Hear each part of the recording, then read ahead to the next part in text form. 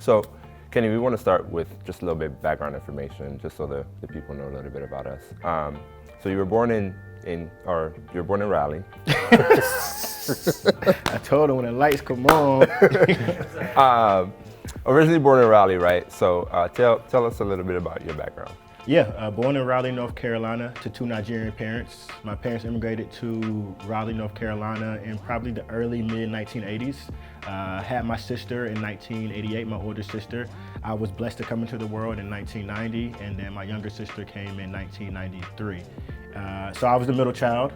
There is no middle child syndrome. I know some people, some people will say middle child syndrome, but I didn't suffer from that, fortunately. Grew up in a very traditional Nigerian household.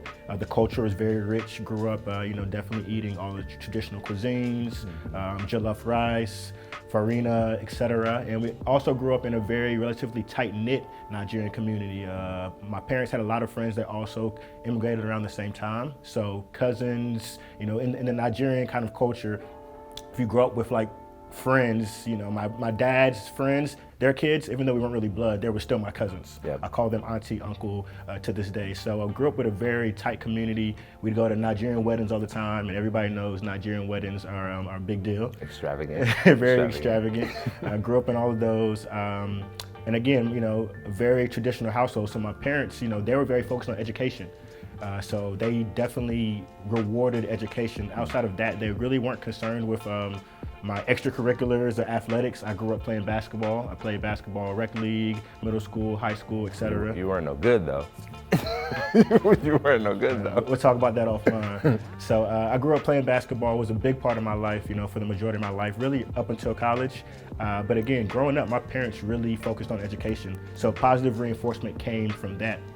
They'd give us money as a reward for getting on the AB honor roll as kids, getting on the A honor roll. There was no other, kind of allowance though. We did chores every Saturday morning on the dot, and my mom made sure of that because my mom didn't play. You can ask any of my friends, they knew my mom. My mom was a disciplinarian in the household, and she made sure that you followed the rules. And I kind of was a rebel because of that. I felt like I was always kind of pushing against her because I didn't love the level of authority that she would have on me and my sisters. But she didn't play, but I think it ended up working out.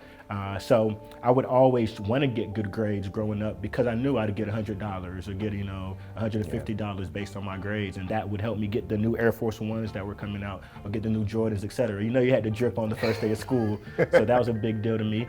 And then in general, just growing up, I think because I had two sisters, it was if I made one sister mad, the other sister would also be mad. So I really had to rely on my friends outside of the household because my sisters, there was always this kind of weird dynamic that they'd be like ganging up against me sometimes. Yeah. So I had tons of friends growing up. Again, some of the people that I would call my cousins to these days are still my best friends, but other friends, growing up in middle school, all throughout, grade school, etc. So yeah, I think, growing up in a Nigerian household, I think it was a big deal and it really helped me get to kind of where I am today.